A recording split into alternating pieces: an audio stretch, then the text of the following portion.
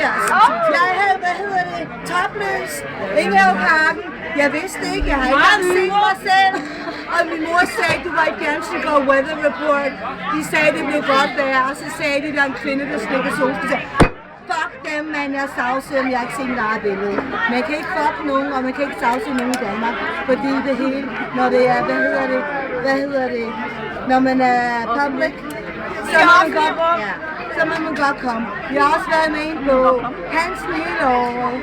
Og så er det profilen den der side. Jeg tror nok, jeg har kasket på. Det var, august den 23. Hansen hele året. Bogen er udsolgt, jeg har ikke bogen, jeg har billedet derhjemme. Jeg har lånt bogen og scannet billedet. Må vi godt se det? Ja. Men der var jeg ikke topløs. Så bortset fra det, så var jeg så i fjernsynet i den der, i Goaften Danmark med rulletrappen. Hvad kunne du tænke dig at lave, hvis du havde dit ønskejob? Hvad ville du svare? Jeg har faktisk blevet spurgt. Hvad sagde du så? Jeg sagde, jeg kunne ikke svare på spørgsmål. Så kom du ikke i fjernsynet. Jeg svarede, jeg vil bare skrive det, det er det. Jeg kom ind. Det var flot. Det var flot, Anne-Marie.